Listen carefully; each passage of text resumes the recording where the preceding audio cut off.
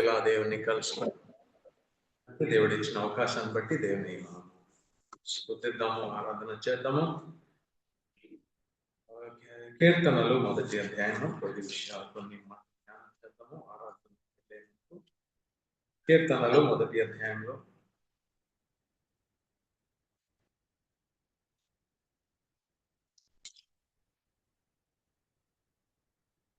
ఎవరన్నా చదవండి, మార్చి చదువు. ఆలోచన చొప్పున నడువక, పాపుల మార్గమును నిలువక, అపహాసకులు కూర్చుండు చోటను కూర్చుండక,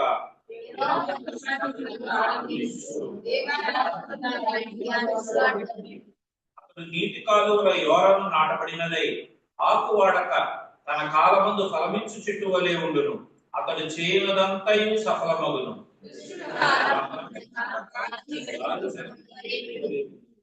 కాబట్టి న్యాయ విమర్శలో దుష్టులను, నీతిమంతుల సభలో పాపులను నిలువరు.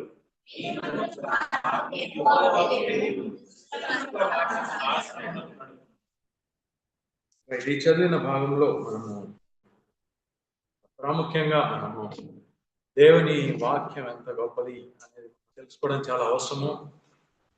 ఈ వాక్యం వల్లనే మనము కొత్త జన్మము పొంది ఉన్నాము. ఈ వాక్యంలోనే మనము ప్రస్తుతపు జీవితంలో బ్రతుకుతున్నాం. వాక్యాన్ని ఎంత ప్రాముఖ్యత ఇస్తే అంతే మన ఆత్మీయ జీవితంలో లాభం. దీన్ని మనము లెక్క చేయకుంటే దాని నష్టం కూడా చాలా గొప్పది అనేది వాక్యంలో మనం చూస్తాం. ఈ దుష్టులు వాళ్ళకి కావాల్సిన విధంగా వాళ్ళు చెప్తూ ఉంటారు. లోకం ఇంతేలేండి అంటారు, అందరూ వేస్తేలే అని అంటారు, జీవితంలో అర్థం లేదంటారు, రకరకాలుగా వాళ్ళు అంటూ ఉంటారు. మన ముందు వాళ్ళు ఉన్నారు, ఇంకో పక్కన దేవుని వాక్యము ఉన్నది. ఇది భక్తులు చెప్తున్నారు, ఇది దేవుని వాక్యము. ఈ వాక్యం ప్రకారం మనం వెళ్తే భూమి ఆకాశం సృష్టించిన ఒక దేవుడు ఉన్నారని మనం అర్థం చేసుకోగలుగుతాము. పరిశుద్ధుడైన దేవుడు అని అర్థం చేసుకోగలుగుతున్నాము. ఆయన మాట లెక్క చేయని వాళ్ళందరూ భ్రష్టత్వంలోకి వెళ్ళిపోయారని మనం నమ్ముతున్నాము.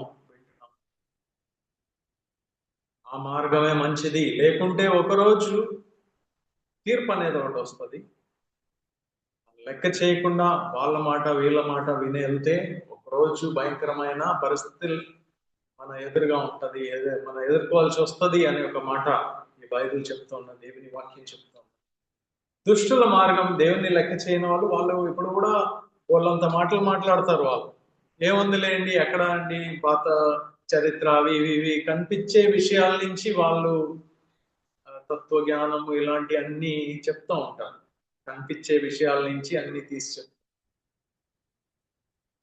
చాలాసార్లు వాళ్ళని నమ్మాలని కూడా అనిపిస్తుంది మనకి. వాళ్ళతో సమ్టైమ్స్ వాదించలేము కూడా. మనకి వాదించాల్సిన అవసరం లేదు. దేవుని వాక్యం చెప్పేది ఇది. మనం నమ్ముకున్నాము, దీని ప్రకారం మనం నడుచుకోవాలి. నమ్ముకున్న మీరు నేను ఇక్కడ ఉన్నాం ఈ రోజు ఆలయంలో ఆయన్ని ఆరాధన చేయడానికి.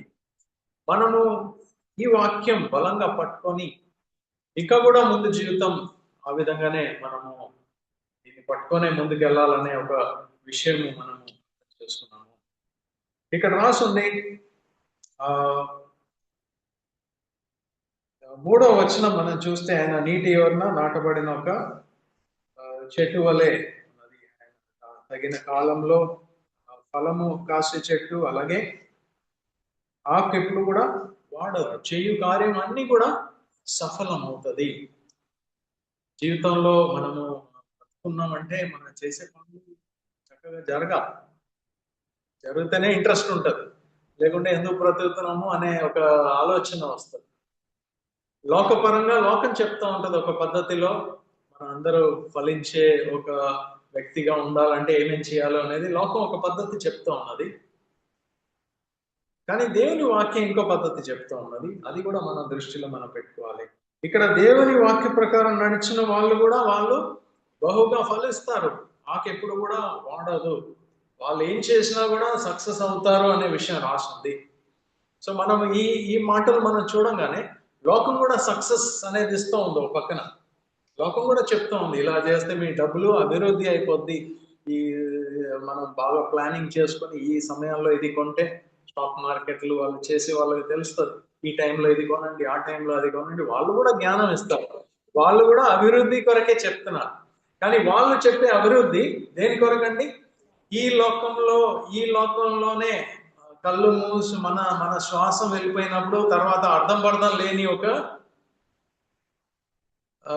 వస్తువుల గురించి మాట్లాడుతున్నారు. కానీ బైబిల్ దేవుని వాక్యం చెప్పేది ఈ లోకంలో బ్రతకడమే కాదు, ఈ లోకంలో ఒక సంబంధమైన కావాల్సిన మనకి ఎంత కావాలో అంత ఉంటది. అది కాకుండా అంతకంటే గొప్పది దేవుని రాజ్యము, దేవుని నీతి, దేవుని బిడ్డలుగా నడుచుకునే భాగ్యము, ఇవన్నీ ఇంకో పక్కన మనకి అభివృద్ధి గురించి చెప్తూ ఉన్నారు. అభివృద్ధి ఏది అని మనమే తెలుసుకోవాలి.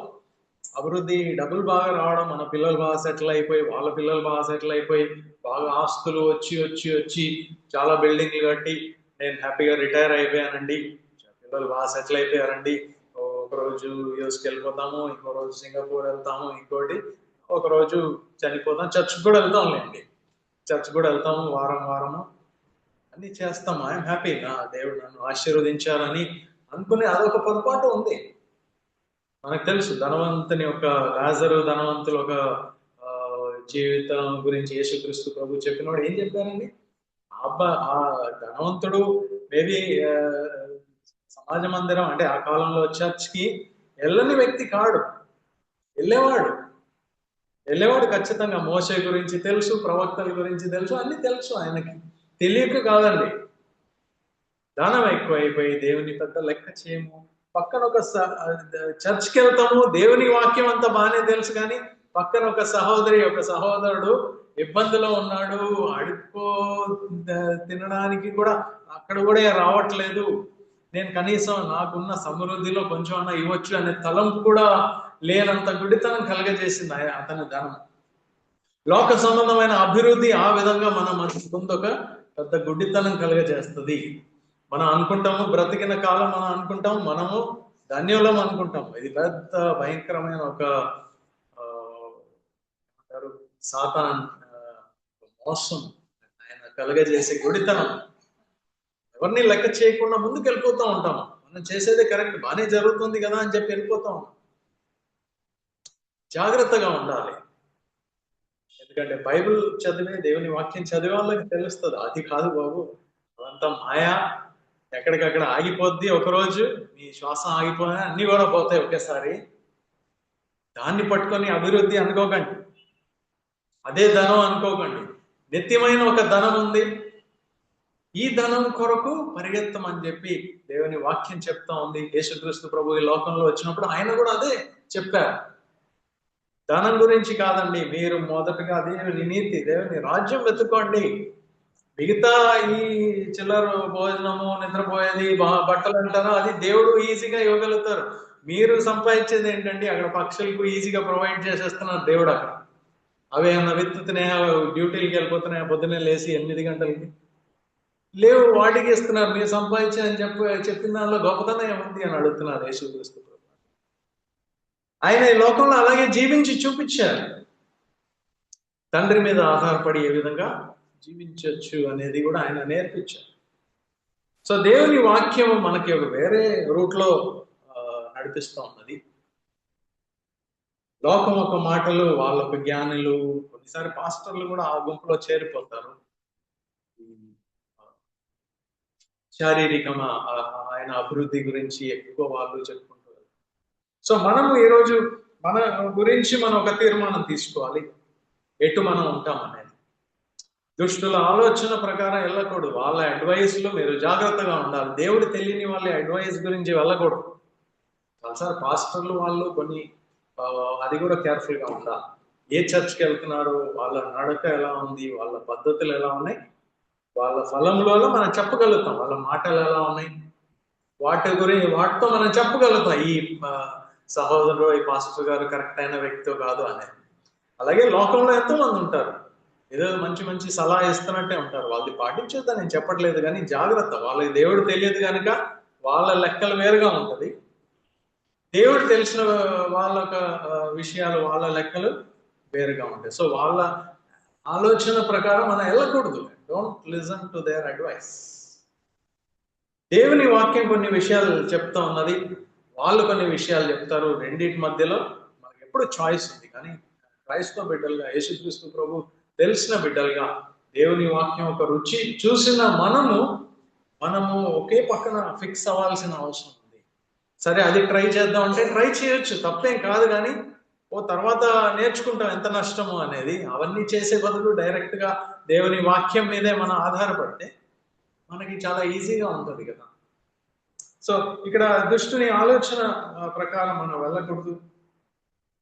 పాపుల ఒక మార్గంలో మనం నడవకూడదు. వాళ్ళు అలా వెళ్తున్నారు, మనం కూడా అలా వెళ్దాం అని చెప్పి వెళ్ళిపోకండి. అలాగే అపహాసులు కూర్చునే చోట సాయంకాలం కబుర్లు వేసుకోవడానికి ఫ్రెండ్స్ వాళ్ళు వీళ్ళతో ఎవరితో తిరుగుతున్నారు, ఎవరు మీ ఫ్రెండ్స్, స్నేహితులు, స్నేహితురాలు ఎవరు అనేది చూసుకోవాలి. వాళ్ళు ఏం కబుర్లు చెప్పుకుంటున్నారు, వాళ్ళ మాటల్లో క్రైస్తవ బిడ్డలు కూడా మనకు ఎక్కువ అయిపోయారు అనుకోండి మనుషులు. ఆయన తక్కువ ఉన్న ఒక సమాజంలో దేవుని ఎరిగిన ఆ తక్కువ జనాల మధ్యలో మనం కూడా ఒకరు ఉండాలి, ఒకరై ఉండాలి. ఎలా అవుతామంటే దేవుని వాక్యం చదువుకోవాలి, అర్థం చేసుకోవాలి, ఈ వాక్యం నుంచి విశ్వాసం మనం పెంచుకోవాలి. అదే మాటలు మన మాటల్లో కూడా కనపడాలి. ఉదాహరణకి మన ఫ్రెండ్స్ మధ్యలో ఈ వేస్ట్ అండి, గవర్నమెంట్ ఎందుకండి, దేనికి పనికిరాని గవర్నమెంట్, లేకుంటే క్రికెట్ గురించి మాట్లాడుకున్నా మన వేస్ట్ అండి, మన టీం ఈయన వేస్ట్, ఆయన వేస్ట్, ఇవన్నీ వినడానికి ఓకే పర్వాలేదండి, ఏముంది అందరు చెప్పేదే అనిపిస్తుంది. కానీ క్రైస్తవ బిడ్డలుగా మనం అలా మాట్లాడకూడదు. అధికారులకి మనము లోబడి ఉండాలి అని నేర్పిస్తోంది బైబిల్. మనం వేరే వాళ్ళని తీర్పు తీర్చే అధికారం లేదు, వేరే వాళ్ళని ఖండించే అధికారం లేదు అనే విషయం కూడా మనం తెలుసుకోవాలి. ఫస్ట్ ఆఫ్ ఆల్ మాట్లాడకూడదు, మనకి తెలియని వాళ్ళ గురించి, తెలియని విషయాల గురించి మాట్లాడకూడదు. ఒకవేళ తెలిసినా కూడా మాట్లాడకూడదు. Waste, don't judge. ఎందుకంటే మనకి ఈ బ్రదర్ గురించి నాకు తెలుసు, నేను మొన్న చూసానండి, అక్కడ సిగరెట్ కాల్చుతూ ఉన్నారు, నాకు తెలిసినా కూడా నాకు మాట్లాడే అధికారం లేదు. మీకేం తెలుసు? వెనకాల కొన్ని విషయాలు ఉంటాయి, వాళ్ళ ఉద్దేశాలు, తలంపులు మీకు తెలుసా? తెలియదు. ఇవన్నీ ఏ రోజు బయలుపరచబడుతుందండి? ప్రభువు తిరిగి వచ్చిన రోజు ఎవరి మనసులో ఏమేమి ఉండిందో ఆ రోజు అన్ని కూడా బయలుపరచబడుతుంది. పౌలు భక్తుడు కొరింథీయులకి రాస్తున్నప్పుడు ఈ మాట చెప్తారు, వెయిట్ చేయండి, కంగారు పడకండి, మీకు తీర్పు తీర్చి అంత ఉత్సాహంగా ఉంటే వెయిట్ చేయండి, ఆ ప్రభు వస్తారు, ఆ టైంలో అందరిని మీరు కూర్చొని ఆయనతో పాటు కూర్చొని తీర్పు తీరుతూ కానీ ఇప్పుడు మాత్రం ఆ పని చెయ్యకండి, ఇప్పుడు అది తప్పు. సో విశ్వాసులు లేకుంటే దేవుని వాక్యం చదివే బిడ్డలు వాళ్ళ మాటలు వేరుగా ఉంటుంది. ఇప్పుడు నిరీక్షణ అనేది ఉంటుంది కాబట్టి ఆ మాటల్లో విశ్వాసం అనేది ఉంటుంది, ఇతరుల పట్ల ఒక ప్రేమ అనేది కూడా మనకి ఎప్పుడు మన మాటల్లో తిరుగుతూనే ఉంటుంది. అది మిగతా లాగా దిగులుగా ఉన్నాం. ఈ ఆకు వాడని ఒక చెట్టు చూసారండి, చాలా తక్కువ కదా, మన వింటర్ సీజన్ లో బాగా ఎండిపోయి పడిపోతాయి, మళ్ళీ సమ్మర్ లో మళ్ళీ కొత్తగా వస్తాయి. ఈ చెట్టు గురించి చెప్పబడి ఉన్నది, ఎప్పుడు కూడా ఆకులు కలర్ మారదు, అసలు ఫ్రెష్ గా ఉంటది. క్రైస్తవ బిడ్డలు, దేవుని వాక్యం చదివే బిడ్డలు ఆ విధంగా అన్ని వేళలో అన్ని ఫ్రెష్. ఎవరు వచ్చినా ఏ టైంలో అన్నా సీజన్ లో ఫలం వాళ్ళకి అవసరం ఉన్నప్పుడు వచ్చినప్పుడు మీ నోటి నుంచి మంచి 2 మాటలు వస్తుంది, ఆ మాటలు చాలు వాళ్ళ జీవితం మార్చివేయడానికి. అఫ్కోర్స్ మీరు చేసే మ్యాజిక్ కాదు, కానీ అది దేవుని శక్తి. మీరు చెప్పిన మాట, దేవుని మాట మీరు చెప్తారు, దేవుడు మిగతా కార్యం చూసుకుంటారు. అది మన పని కాదు. మన పని దేవుని వాక్యం చదవడము, ఆ ప్రకారం నమ్మడము, ఆ ప్రకారం మాట్లాడడం, ఆ ప్రకారం మన తలంపులు మార్చుకోవడం, ఆ ప్రకారం మన పద్ధతులు మార్చుకోవడం. ఇది మన చేయవలసిన పని. మనం అర్థం చేసుకోవాలి, ఈ లోకంలో దేవుడు కొద్ది కాలం ముందు ఈ నియమాలు ఇచ్చారు, యూదుల కాలంలో నియమాలు ఇచ్చారు, ఇవన్నీ పాటించండి అన్నారు. కానీ యూదులంతా పాటించడానికి ప్రయత్నం చేశారు. ఇప్పుడు కూడా చాలా మంది ఆ 10 ఆజ్ఞలు పట్టుకునే ఉంటారు, అది చేయాలి అని చెప్పి. 10 ఆజ్ఞలు ఫాలో అవడం పెద్ద విషయం కాదండి, దాదాపు దానిలో 9 ఈజీగా చేసేయగలుగుతాం. మీరు, నేను చాలా 9 ఈజీగా ఫాలో అయ్యాం. కానీ 10వ ఆజ్ఞ ఉంది, వేరే వాళ్ళది ఆశించొద్దు. ఇవన్నీ అందరూ అసలు మీరు ఒప్పుకున్నా ఒప్పుకోకపోయినా అది ఫాలో అవ్వలేని పరిస్థితిలో ఉన్నారు లోకం అంతా కూడా. కానీ దేవుడు ఏం చేశారంటే, దేవుడు ఆయన కుమారుని పంపించారు. దేవుని వాక్యాన్ని శరీరం ధరింపజేసి మన మధ్యలో ఆయన నివసింపచేశారు. మనం చూసాం దేవుని వాక్యము రాయబడిన వాక్యం ఒకటైతే ఇది సజీవమైన వాక్యం చూశాను. నేను చెప్పే మాటల కంటే నాతో కొద్దిసేపు నడిచారు అనుకోండి, నా విషయాలన్నీ తెలిసిపోతాయి. చెప్పిన విషయాలు కరెక్టా కాదా, నా పద్ధతులు కరెక్టా కాదు. కానీ దేవుడు అంతకాలము మానవులకి ఆయన వాక్యం చెప్పి, పరిశుద్ధత గురించి చెప్పి, పాపం గురించి తీర్పు తీర్చబడుతుంది, ఇవన్నీ చెప్పి చెప్పి చెప్పి పాపం లేకుండా జీవించాలి ఎన్నో సంవత్సరాల నుంచి చెప్పుకుంటూ వస్తాం. చివరికి ఆయన వాక్యాన్ని ఒక శరీరం ధరింపజేసి మన మధ్యలో పంపించారు.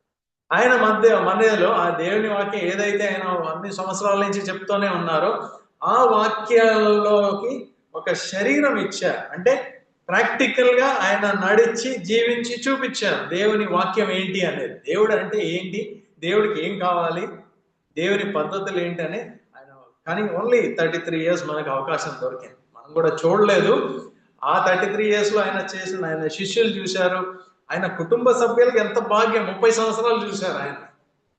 మరి వాళ్ళు పెద్ద నేర్చుకోలేకపోయారేమో నాకు తెలియదు, కొంతమంది చూశారేమో, కొంతమంది నమ్మారేమో.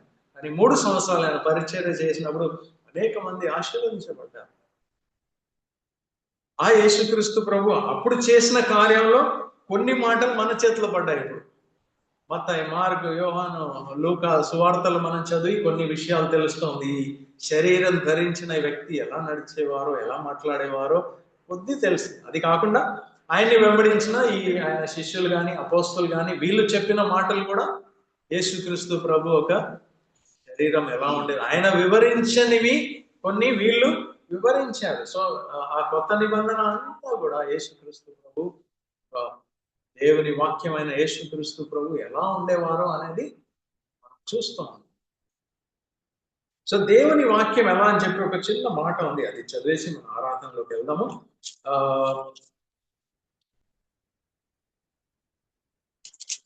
12వ అధ్యాయంలో చూడండి, కీర్తనలు 12వ అధ్యాయము. ఆ కీర్తన అంతా కూడా మనం చదివితే దాంట్లో ఈ కీర్తనకారుడు బాధపడుతూ రాస్తున్నారు. భక్తి పరులు ఎవరు లేరండి, అసలు నమ్మకంగా ఉన్న వాళ్ళు ఎవరు లేరండి, అందరు అబద్ధాలే, ఆయన అందరూ కూడా మోసం చేసే వాళ్ళే, అందరూ వాళ్ళ సొంత లాభాల గురించి ఏవేవో చెప్తారు, మనసులో ఒకటి అనుకుంటారు, చేసేది ఒకటి అని చెప్పుకుంటూ మా నాలికతో మేము ఏమన్నా చెప్పుకుంటాం, ఏమన్నా మాట్లాడుకుంటాం, ఎటు కావాలంటే మేము తిప్పేసి మాట్లాడగలుగుతాము, అందరినీ మా వశంలో చేసుకోగలుగుతాం అని చెప్పిన వాడు తర్వాత చెప్తున్నారు. చూడండి 6వ వచనం చూడండి, దేవుని మాటలు పవిత్రమైనది. ఎంత పవిత్రం అనేది అక్కడ రాసింది. ఏమండి అది? మట్టి మూసల్లో 7 మార్లు,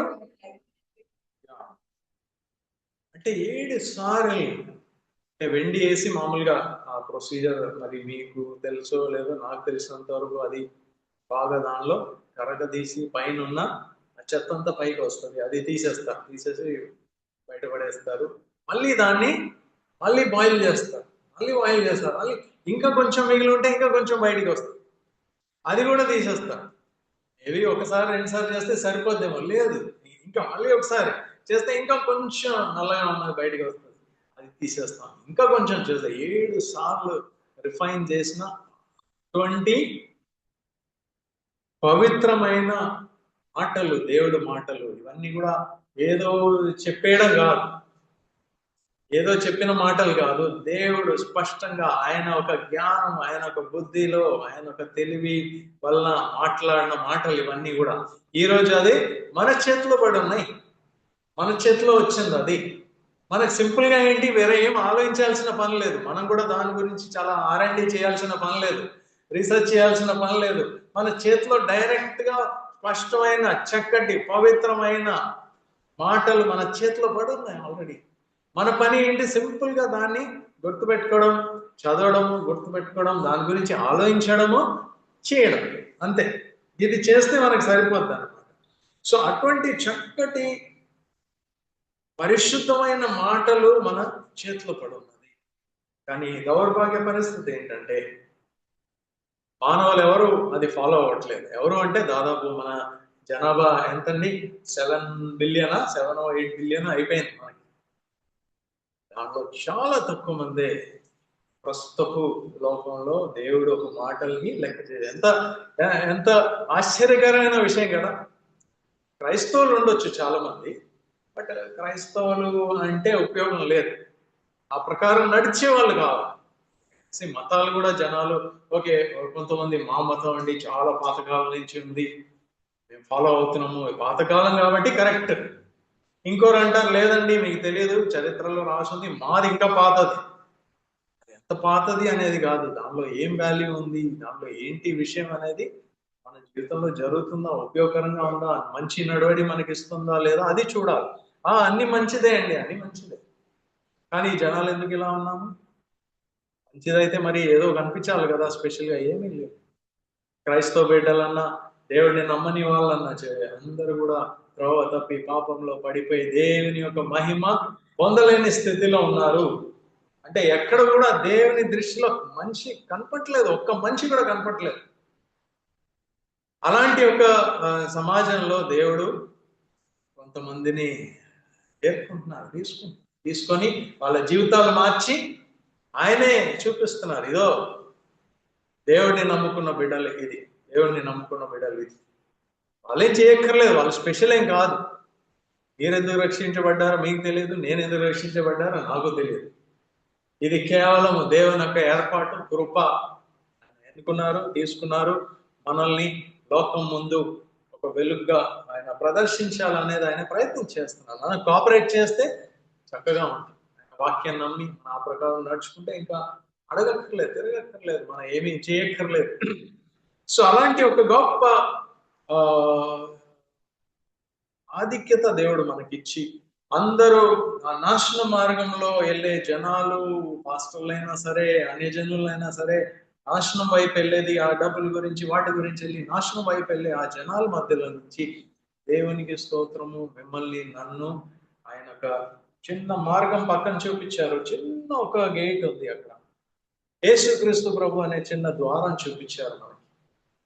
అది చూసాము, మనకి నమ్మకం కుదిరింది. సరే అందరు ఇటు వెళ్ళిపోతున్నారు, కానీ ఇదే కరెక్ట్ అనిపిస్తుందండి అని చెప్పి మనం త్రోవ మార్చుకొని చూస్తే ఇంకా ఇరుగ్గా ఉంది. అయ్యో తప్పుదారేమో అంటే కాదు, ఇదే సరైన దారి. ఇదే ఆ చివరిలో జీవపు వెలుగు అక్కడ కనిపిస్తుంది. ఈ దారిలో మీకు కొంచెం ఇబ్బంది కలగవచ్చు, కొంచెం చీకటిగా ఉండొచ్చు, కానీ ఈ మార్గం అంతా కూడా మీ పునాదులు చాలా స్థిరంగా ఉంటది. ఇంతే ఉంటది కానీ, ఇంతే దారి ఉంటది కానీ అది చాలా సాలిడ్ గ్రౌండ్. మిగతా విశాలమైన మార్గమే ఎప్పుడు లోపలికి వెళ్ళిపోతే ఎప్పుడు పక్కన పడిపోద్దో, దారంతా కూడా కూలిపోద్దో మనకు తెలియదు. కానీ ఈ మార్గం ఇరుకైన మార్గము, ఇరుకైన ద్వారము. ఇరుకైన ద్వారంలో మీరు ప్రవేశించారా? ఇరుకైన మార్గం ఉంది ఒకటి. ఆ పునాదులు చాలా అస్థిరంగా ఉంటుంది. ఏ గాలి కూడా వచ్చినా మీరు కొట్టుకొని అది కదిలిపోయే ఛాన్సే లేదు. అదే మార్గంలో మీరు ఇంకా కొద్ది వెళ్ళి, ఇంకా కొద్ది వెళ్ళి ఓర్చుకొని సహించుకుంటూ వెళ్తే అవతల జీవం ఉన్నది, లైఫ్.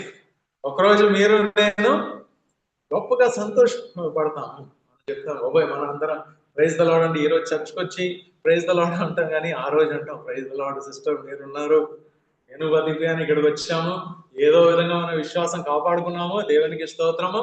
ఆయన వల్లనే, కేవలం ఆయన వల్లనే. ఇదో అండి అంతమంది వాళ్ళు వినిపించుకోలేదు, అదో నాశనంలోకి వెళ్ళిపోయారు, నరకంలో వెళ్ళిపోయారు, ఈరోజు కాలిపోతున్నారు. దేవునికి స్తోత్రం. మీరు నేను అందరం కూడా రక్షించబడ్డానండి. మాటలు ఎందుకో మరి నాకు నమ్మకం కలిగింది, నేను నమ్మా, మన గొప్పతనం కాదు. కానీ ఆ రోజు మనం నిజంగానే పాడతాం, ఆ రోజు మనం ప్రైజ్ ద లార్డ్ అంటాము, ఆ రోజు మన ప్రైజ్ ద లార్డ్కి అర్థం ఉంటది. దేవుడు మనకి రోజు ఎక్కువ కనిపించినప్పుడు కూడా దేవుని గొప్ప మాటలు, వాక్యం ప్రకారం మనం ఆయన స్తుతిద్దాము, ఆరాధన చేద్దాం. చక్కటి దేవుడు మనకి ప్రేమ కలిగిన దేవుడు. అలాంటి ఒక దేవుడు సెలెక్ట్ చేయడం ఎంత గొప్ప భాగ్యం. సెలెక్ట్ చేయడమే కాదు, ఆయన వల్లే మనల్ని మార్చే ప్రయత్నం చేస్తున్నారు. ఇంకెంత గొప్ప భాగ్యం. ఇది మనం అర్థం చేసుకున్నాము. దేవుణ్ణి మనం స్తుతిద్దాం ఈ సమయంలో. గొప్ప ఈ మాటలు, అదే ఆ మాటలు మన చెవిలో పడడము, మనకు నమ్మకం కలగడం, ఇవన్నీ దేవునికి స్తోత్రం. నిజంగానే కొద్ది నిమిషాలు ఆయన మనం ఆరాధన చేద్దాం. పాట సంఖ్య 154. 154 పాట పాత పుస్తకాలు 152. దేవా నా ప్రభువా ఇల్లు కూర్చి ఒప్పుకొంగే నా హృదయం. పల్లవి మొదటి 2 చరణాలు, చివరి చరణం 1, 2, 4 చరణం. దేవా నా ప్రభువా నిన్ను గూర్చి పొంగే నా హృదయం.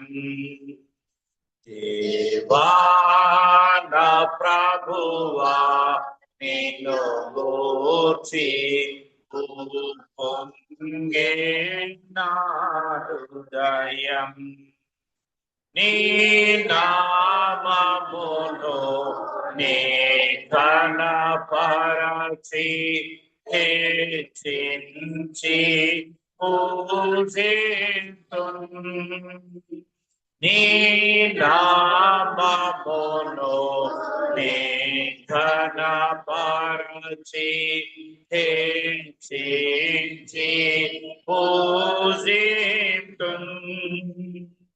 శ్లాఘించి కొనియాడుటలో నాకిచ్చిన నీ కృపకై. శ్లాఘించి కొనియాడుటలో నాకిచ్చిన నీ కృపకై.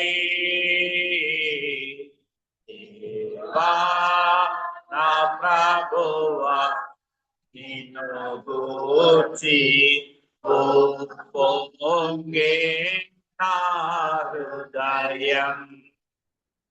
దేవా నా ప్రభువా నిన్ను గూర్చి పొంగే నా హృదయం. ఎండిన భూమిలో లేత మొక్కవలె